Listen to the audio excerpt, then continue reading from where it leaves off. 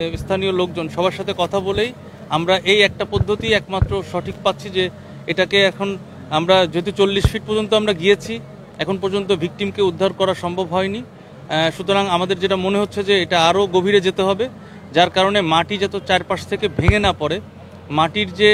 গঠন ওটাকে ঠিক রেখে, এবং মাটির যেহেতু একটা বড় চ্যালেঞ্জ যে মাটি যাতে ভেঙে আবার আমাদের অন্যান্য ড্যামেজ না করে, অর্থাৎ অন্যান্য রেস্কিউয়ারদের আবার বিপদে না ফেলাই, এজন্য আমরা চেষ্টা করছি যাতে এটা স্লো করে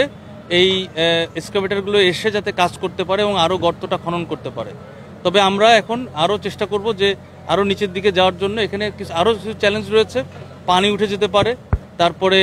মাটির যেহেতু প্রকৃতি এখানে নিচের দিকে যত যাচ্ছি তত আরও এঁটেল মাটি, এঁটেল দোআঁশ মাটি দেখা যাচ্ছে, যার কারণে পানির একটা শঙ্কা রয়েছে। তা আমরা চেষ্টা করছি যাতে দ্রুত এটা যাতে আমরা উদ্ধার করতে পারি, এটার জন্য সবার সহযোগিতা কামনা করছি এবং আমরা কাজ করছি, আপনারা দেখতেই পাচ্ছেন।